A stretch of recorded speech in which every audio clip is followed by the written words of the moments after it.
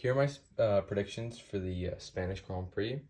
This is the fifth race of the year, and they are in Barcelona, the Catalunya. So in qualifying, I think Leclerc will continue to assert dominance and grab pole. He's been on a roll, and I think he'll continue that. Second to him, I think will be Max Verstappen.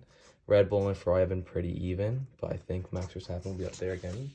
And third to that, I think Perez. Perez, I think, has been doing well in a circuit like this. I think he'll continue to do well. And then Leclerc's teammate will be fourth, number 55, Carlos Sainz. He's been doing okay, but he's been behind the top three, so that's why I put him at 4. 5, I think, will be George Russell. He's been doing pretty well this year in the Mercedes car, which hasn't been that good. So I see him doing pretty well again. And they've been fixing their porpoising issues, so I think they'll have a better car going into Spain.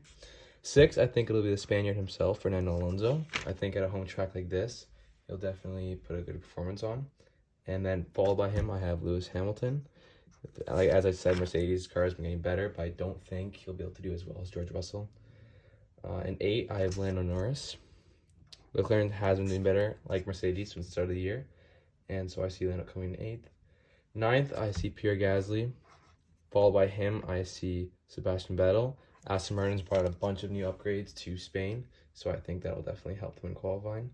In 11th, I have Daniel Ricciardo. Like I said, McLaren's been getting better, but I don't see Daniel hasn't been doing that well this year, so I think he'll definitely be behind his teammates. Followed by him, I have Ocon in 12th. He's been doing all right, could be doing better, so that's why I'm down there.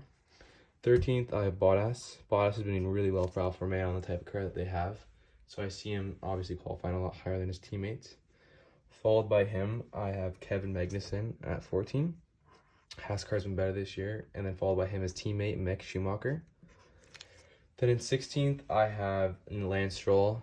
Like I said, Aston Martin did bring some upgrades, but Stroll hasn't been doing that well this year, and I don't think he has enough talent to put the car out there. In 17th, I have Yuki Tsunoda. Yuki Tsunoda's been doing all right this year. Nothing big, but I think compared to Pierre Gasly's just a lot better, and with the car that they have this year, which isn't that great, I see this happening again. In 18th, I have Albon, followed by Guan Yu Zhao, and obviously in dead last, Nicholas Latifi for qualifying. Now I went on to the race. I think the race will be a bit boring. So I see, like last year, Max Verstappen taking the lead going to turn 1, probably standing in a dive bomb or something similar to that. Second, I see Leclerc. I think Verstappen will build a gap, and then just from then on with pit stops and everything, we'll just go on to win the race, followed by Leclerc, and then Perez in 3rd. 4th, I see George Russell. I see him overtaking Sainz at the start, and then like the top runners just continuing onwards in the race. And then obviously in 5th, I'll have Sainz. Followed by that, I'll have Hamilton.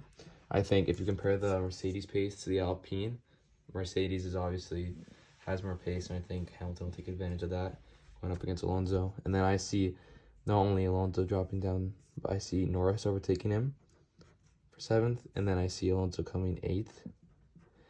9th, I still see Pierre Gasly. I think similar to some of the other drivers, he'll just have a pretty boring race from start to finish. And then in 10th, I see Esteban Ocon. I think he'll jump Vettel because the Aston Martin shows qualifying pace, but I don't think they'll have a similar race pace to the Alpine. And then I'll have Vettel in 5th. Followed by that, I'll have Ricciardo.